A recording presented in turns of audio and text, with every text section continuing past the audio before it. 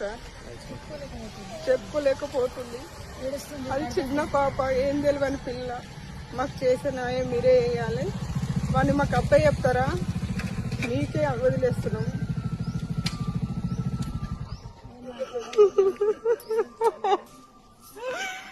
నా కోడల్ని చూస్తే బతుక పరిస్థితి లేదు. నిన్న